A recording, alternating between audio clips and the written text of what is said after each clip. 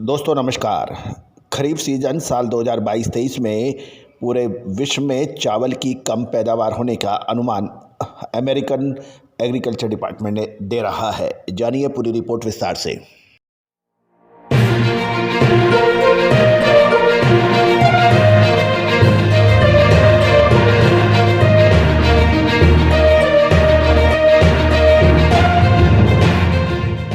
दोस्तों नमस्कार, मैं colonel Ajay, CEO Ajay astro money group first global astro finance digital channel से आपसे मुखातिब होता हूं।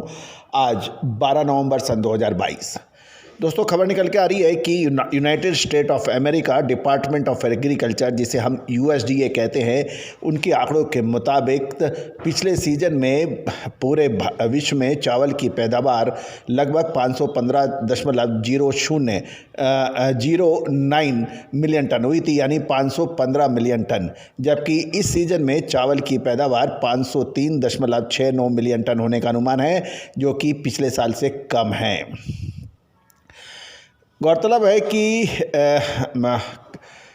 हम कुछ विशेषज्ञों से बात करने पे पता लगा कि पैदावार में होने वाली कमी, ये अनुमान मौजूदा सीजन 22 साल 2022-23 में भारत, पाकिस्तान, नाइजीरिया और श्रीलंका में धान की कम पैदावार को देखते हुए लगाया गया है। गौरतलब है कि United state of America department of agriculture का अनुमान है कि भारत में इस साल होने वाली पैदावार पिछले 3 वर्ष में सबसे कम है और ये 124 मिलियन टन होगी। जबकि गत वर्ष भारत में यही पैदावार 103.29 मिलियन टन हुई थी, जो घटकर इस साल भारत में 124 मिलियन टन हुई है। इसके साथ साथ सिंध प्रांत में यानी पाकिस्तान में बाढ़ से हुए नुकसान के कारण पाकिस्तान में चावल की पैदावार पिछले 10 सालों में सबसे कम है और ये मात्र 6.6 मिलियन टन ही रह पाएगी। यदि हम अमेरिकन एग्रीकल्चर डिपार्टमेंट का प्री एस्टिमेटेड को देखें तो चीन में चावल की पैदावार गत वर्ष 148.99 मिलियन टन के मुकाबले इस सीजन में 147 मिलियन टन पर ही रुक जाएगी। अन्य चावल उत्पादक देशों में वियतनाम गत वर्ष वियतनाम ने पिछले साल 45.01 मिलियन टन के मुकाबले इस साल 45.24 मिलियन टन का उत्पादन हुआ है। साथ साथ थाईलैंड में भी 19.88 मिलियन टन के मुकाबले 20.1 मिलियन टन की पैदावार आई है। यानी वियतनाम और थाईलैंड के अंदर चावल के उत्पादन में मामूली बढ़त है। इंडोनेशिया में 34.4 मिलियन टन की तुलना में 34.6 मिलियन टन की पैदावार बताई जा रही है। यानी थाईलैंड, इंडोनेशिया और वियतनाम में चावल की मामूली बढ़त है।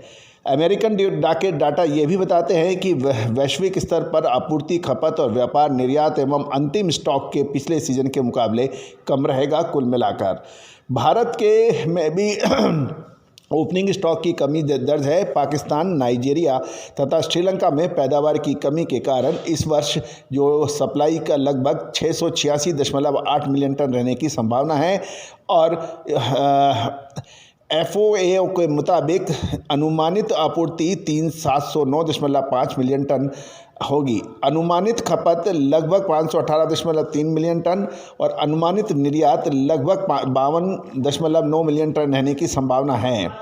इस वर्ष अंतिम स्टॉक लगभग 193 मिलियन टन रहने की उम्मीद है। USDA और FAO दोनों का अनुमान है कि इस वर्ष गेहूं की पैदावार अच्छी रहेगी और FAO का अनुमान है गेहूं की पैदावार इस साल 793.3 मिलियन टन के मुकाबले 783.8 मिलियन टन रहने की उम्मीद है। तो दोस्तों, आप हमारे चैनल पे नए हैं, पहली बार आए हैं, अभी तक सब्सक्राइब नहीं किया है तो उसको सब्सक्राइब, लाइक करना बिल्कुल ना भूलें। बेल आइकन को भी पुश करें ताकि हर नोटिफिकेशन से हम आपको रूबरू कर पाएँ।